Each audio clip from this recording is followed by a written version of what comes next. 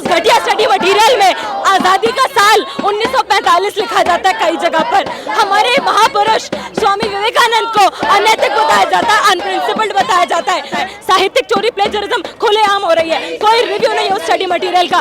तो साफ सी बात है कि यहाँ पर हमें घटिया स्टडी मटेरियल जानबूझकर परोसा जा रहा है। लाखों लाख करोड़ का घोटाला हो रहा है इतने सालों से। स्टूडेंट्स की फीस हर साल दोगुनी बढ़ाई जा रही है, उनसे वसूली जा रही है, उसका खर्चा 1 रुपया किया नहीं जा रहा है। उनको डर लगता है कि उनकी जो है ना उनकी बखिया उधर जाएगी, उनकी जो असली चरित्र है वो सामने आ जाएगी।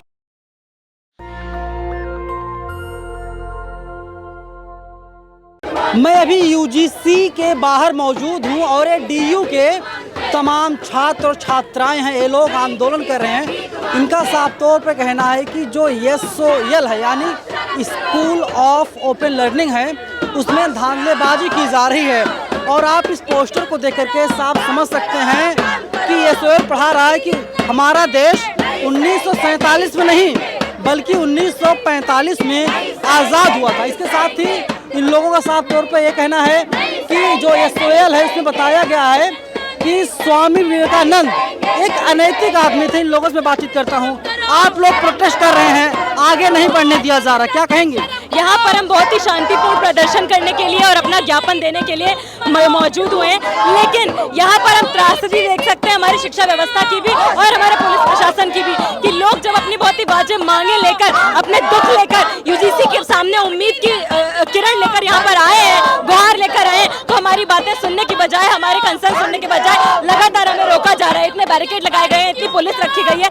साफ से हमारे कंसर्न हैं कि SOL का जो स्टडी मटेरियल है, दिल्ली यूनिवर्सिटी के SOL के स्टूडेंट्स जो कि बहुत ही मेहनतकश परिवारों से आते हैं, लोअर इनकम फैमिली से आते हैं, उन्हें एकदम घटिया मटेरियल परोसा जा रहा है सालों से। उस घटिया स्टडी मटेरियल में आजादी का साल 1945 लिखा जाता है। कई जगह पर हमारे महापुरुष स्वामी विवेकानंद को अनैतिक बताया जाता है, अनप्रिंसिपल्ड बताया जाता है। कह रहे हैं कि हमारा देश जो है 1945 में आज़ाद हुआ था, ना कि 47 में।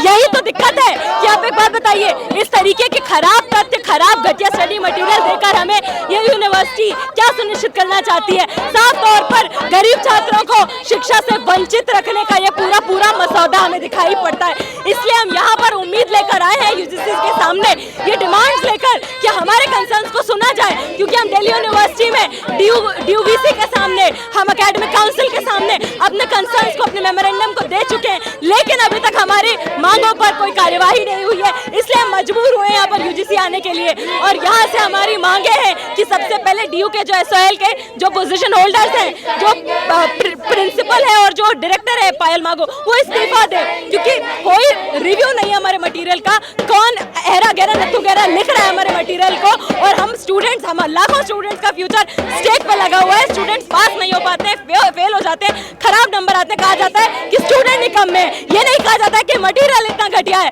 और वो घटिया मटेरियल भी हमें एग्जाम के एक हफ्ते पहले तक नहीं मिलता है। तो बहुत खराब परिस्थितियों में पढ़ने के लिए, इतने घटिया मटेरियल को सहने के लिए स्टूडेंट्स को मजबूर किया जाता रहेगा, ये हम नहीं सहेंगे। हम मेहनतकश परिवारों से आते हैं और हम अपने अधिकारों के लिए लड़ना जानते हैं। मटेरियल है तो मोड में है, ऑनलाइन है, ऑफलाइन है, यानी एक सॉफ्ट कॉपी मिलता है, हार्ड कॉपी मिलता है। ये दोनों संस्करणों में ऐसा ही है, दोनों एडिशन में ऐसा है, ऑनलाइन और ऑफलाइन। दोनों मोड्स में घटिया मटेरियल है। इसका पूरा रिव्यू किया है KYS ने, पिछले कई महीनों में फर्स्ट ईयर के पूरे स्टडी मटेरियल का रिव्यू किया है। सेम इन्फॉर्मेशन इंग्लिश के मटेरियल में अलग दी गई है, हिंदी के मटेरियल में अलग दी गई है। मॉन्टेग्यू चेम्सफोर्ड रिफॉर्म्स को लिखा गया है, Mountain Dew, चिलम्सफोर्ड report, Subhash Chandra Bose, Swami Vivekananda को अनैतिक बताया जाएगा और हम सहेंगे। हमारे महापुरुषों के बारे में ऐसी बातें कही जाएंगी और हम चुप बैठेंगे। हमें इतना घटिया स्टडी मटेरियल परोसा जाएगा और हम सहते रहेंगे। एक पैराग्राफ, सेम पैराग्राफ एक मटेरियल में 4 बार कॉपी कर दिया जाता है। साहित्यिक चोरी प्लेजरिज्म खुलेआम हो रही है, कोई रिव्यू नहीं है उस स्टडी मटेरियल का। तो साफ सी बात है कि यहाँ पर हमें घटिया स्टडी मटेरियल जानबूझकर परोसा जा रहा है। सावित्रीबाई फुले को महात्मा ज्योतिबा फुले कुछ और बताया गया है, ज्योति राय फुले लिखा गया है, यानी कि महापुरुष का अपमान तो किया ही जा रहा है। ये तो मतलब साफ तौर पर हम देख रहे हैं, उसमें हमारी यूनिवर्सिटी मौन है। साथ ही साथ जो लाखों स्टूडेंट्स के साथ मजाक चल रहा है, वो बहुत ही बड़ी बात है। ये सोचिए आप कि ये घटिया स्टडी मटेरियल रेगुलर के स्टूडेंट्स को नहीं पढ़ाया जाता है। हम जो लाखों लाख स्टूडेंट एसओएल में एडमिशन लेने के लिए मजबूर होते हैं क्योंकि हमारे लिए सीटें नहीं बनाई जाती हैं, रेगुलर मोड में नए कॉलेज नहीं खोले जाते हैं, हमें दाखिला नहीं दिया जाता है और धक्का दे दिया जाता है हमें इनफॉर्मल मोड में एसओएल में, और फिर मजबूर किया जाता है कि हर सेमेस्टर के 7 पेपर के लिए वही गंदी घिसी पिटी आज क्लासेस देके, ये घटिया स्टडी मटेरियल देके हम अच्छे मार्क्स ले आए। आप एक बात बताइए, सबसे बड़ी त्रासदी ये है कि ये घटिया स्टडी मटेरियल भी प्रिंट होकर हमें एग्जाम के 1 हफ्ते पहले तक नहीं मिलता है, जब तक हम आंदोलन नहीं करते हैं, जब तक हम संघर्ष नहीं करते हैं, जब तक हम स्ट्रगल नहीं करते हैं। तो इसलिए यहाँ से हम यूजीसी, एजुकेशन मिनिस्ट्री, सभी को हम ये बात बता देना चाहते हैं। मैं देख रहा हूँ यहाँ पर आप लोग जितने आंदोलनकारी है उससे ज्यादा यहाँ पर सिक्योरिटी बल तैनात है, दिल्ली पुलिस है, सीआरपी के तमाम लोगों को तैनात कर दिया गया है। देखिए, इस देश में लोकतंत्र हमारी आवाज़ों में जिंदा है और जितना भी फासीवाद आपको दिखाई पड़ेगा वो पुलिस प्रशासन और इसी एडमिनिस्ट्रेशन की प्रेजेंस में आपको दिखाई पड़ेगा। जहाँ पर लोगों को पुलिस के सपोर्ट की सबसे ज़्यादा ज़रूरत है वहाँ पर पुलिस नदारद है। यहाँ पर जब लोग एकदम डर किस बात का है कि अगर आप लोग आगे जाते हैं तकरीबन 50 से 70 मीटर की दूरी पर आपको रोक लिया गया, चौतरफा बैरिकेड लगा दिया गया है, आप लोग ना जाने पाए आगे, तो डर किस बात का है? को हमसे डर लगता है। इस दिल्ली यूनिवर्सिटी के एसओएल में जहाँ पे व्याप्त भ्रष्टाचार है, लाखों लाख करोड़ का घोटाला हो रहा है, इतने सालों से स्टूडेंट्स की फीस हर साल दोगुनी बढ़ाई जा रही है, उनसे वसूली जा रही है, उसका खर्चा 1 रुपया किया नहीं जा रहा है। उनको डर लगता है कि उनकी जो है ना उनकी बखिया उधर जाएगी, उनकी जो असली चरित्र है वो सामने आ जाएगा। और देख लीजिए इनके हाथ में जो है बैनर है, इसमें साफ तौर पर क्या लिखा है, भारत को आज़ादी 1945 में मिली, और नीचे देखिए संविधान में 395 अनुच्छेद नहीं लेख है, यानी अनुच्छेद को लेख बताया जा रहा है। आगे लिखते हैं भारत संविधान विश्व का सबसे बड़ा विस्तृत, लेकिन संविधान में 395 लेख और 12 अनुसूचियां हैं, यानी अनुच्छेद को अनुसूचियां बताने की बात लगातार की जा रही है। मैं आपसे बात करना चाहूँगा, आपके हाथ में कलम होना चाहिए लेकिन डफली है।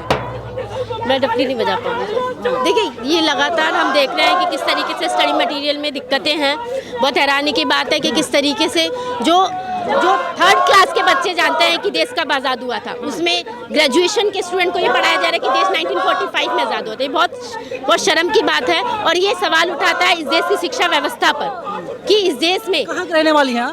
मैं दिल्ली से ही हूँ। दिल्ली से। बताइए, इनके हाथ में कॉपी और कलम होना चाहिए लेकिन इनके हाथ में डफली। अब मैं बता दूं सच्चाई क्या है। दरअसल जो एसओएल है, स्कूल ऑफ लर्निंग है, सच्चाई इसकी है कि जो रेगुलर क्लासेस होती हैं उसका कट ऑफ बहुत ज़्यादा होता है, बहुत हाई होता है। जो गरीब बच्चे हैं वे लोग डीयू में एडमिशन नहीं ले पाते हैं क्योंकि प्राइवेट जो कॉलेज पढ़ते हैं उनके नंबर ज़्यादा होते हैं और डीयू का जब कट ऑफ होता है उसके नंबर जो है बहुत ज़्यादा होते हैं, हाई कट ऑफ जाता है। और जो गरीब बच्चे होते हैं, खासकर जो बहुजन समाज से आते हैं, SC ST OBC वर्ग के लोग, उनके बच्चे ही एसओएल में एडमिशन लेते हैं।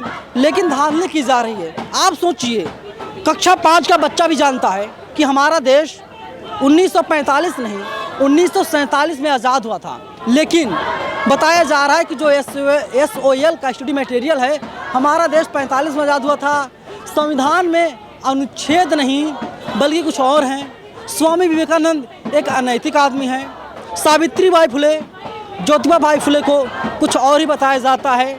यानी जिन लोगों ने देश के लिए जान को न्यौछावर कर दिया, जिन लोगों ने अपने समाज के लिए बहुत कुछ कर दिया, उनको अपमानित किया जा रहा है। और पूरी किताब है, स्टडी मटेरियल मतलब किताब है, और उस किताब में ऐसे शब्दों को लिखा गया है, अनुच्छेद को ना जाने और क्या बताया जा रहा है। तो जो बच्चे पढ़ेंगे तो उन बच्चों का भविष्य कैसे संवरेगा? अगर वही बच्चे जब पढ़ लिख करके अध्यापक बनेंगे, IAS IPS बनेंगे, तो क्या होगा देश का हमारे? आप सोच सकते हैं। भटकाने की कोशिश एक तरीके से की जा रही है। आप देखिए, आप देख लीजिए कि यहाँ पर जितने ये बच्चे हैं आंदोलनकारी जो बन चुके हैं, इन बच्चों के हाथों में कलम और कॉपी होनी चाहिए, लेकिन इन बच्चों के हाथों में फ़िलहाल डफली है, पोस्टर है और कह रहे हैं कि ऑटोनॉमी के बहाने वंचित छात्रों को शिक्षा से बाहर निकालने की पूरी प्लानिंग है। छात्रों को घटिया मटेरियल बांटकर उनके भविष्य को बर्बाद करने की कोशिश की जा रही है। और Mountain Dew chain fold report, किसी को इस रिपोर्ट के बारे में जानकारी है क्या? मतलब ज़बरदस्त धांधलेबाजी, ज़बरदस्त जो है गड़बड़ी स्टडी मटेरियल में किया गया है। और मैं आपको दिखाना चाहूँगा, आप देखिए इन लोगों का आंदोलन चल रहा था और ये बगल में यूजीसी की बिल्डिंग है। बाकायदा यहाँ पर भी बैरिकेड कर दिया गया है कि छात्र यहाँ से आगे ना बढ़ने पाएँ और अंदर ना जाने पाएँ, और जो तमाम डायरेक्टर वगैरह हैं उनसे मुलाकात ना होने पाए। और आप सोचिए, ऐसा लग रहा है इसे अंतर्राष्ट्रीय बॉर्डर बना दिया गया हो। आप सोचिए, बच्चे पढ़ने वाले हैं, ये बच्चे पढ़ाई लिखाई करने वाले हैं, लेकिन ये बच्चे आंदोलन कर रहे हैं। और आंदोलन इसीलिए कर रहे हैं कि ये लोग कह रहे हैं कि जो गड़बड़ियाँ की गई हैं उसको सुधार लिया जाए, बच्चों को शिक्षा से वंचित ना रखा जाए, सही इन्फॉर्मेशन दी जाए। अगर आपके बच्चे अगर सही पढ़ाई नहीं करेंगे तो उसका असर क्या होगा? क्या जो आने वाली पीढ़ियां हैं, जनरेशन है, क्या वे लोग आने वाली पीढ़ियों को सही जानकारी दे पाएंगे? अपने आप में बहुत बड़ा सवाल है। और इसीलिए ये आंदोलन चल रहा है, किसी राजनीतिक पार्टी का आंदोलन नहीं है, बच्चों का आंदोलन है। और इसीलिए इस खबर को टीवी और अखबार से गायब कर दिया गया है। टीवी का कोई रिपोर्टर यहाँ पर नहीं है। नेशनल दस्तक जैसे तमाम जो चैनल लगातार सच की आवाज़ उठाते हैं, सच दिखाते हैं, वही लोग आकर के यहाँ पर कवरेज करने का काम कर रहे हैं। टीवी से इस खबर को गायब कर दिया गया है। फिलहाल पूरी वीडियो पर आप लोग हमें अपनी राय कमेंट करके ज़रूर बताइएगा। कैमरा पर्सन बॉबी के साथ मैं नवीन कुमार नंदन, national Dastak, UGC building, Delhi. National Dastak की आपसे गुजारिश है कि अगर इसको बचाना चाहते हैं तो नेशनल दस्तक को सब्सक्राइब करने के लिए रेड कलर के सब्सक्राइब बटन को दबाएं, फिर बेल आइकन की घंटी दबाएं। नेशनल दस्तक को बचाने के लिए बहुत जरूरी है कि हर खबर को शेयर करें, लाइक करें, कमेंट जरूर करें।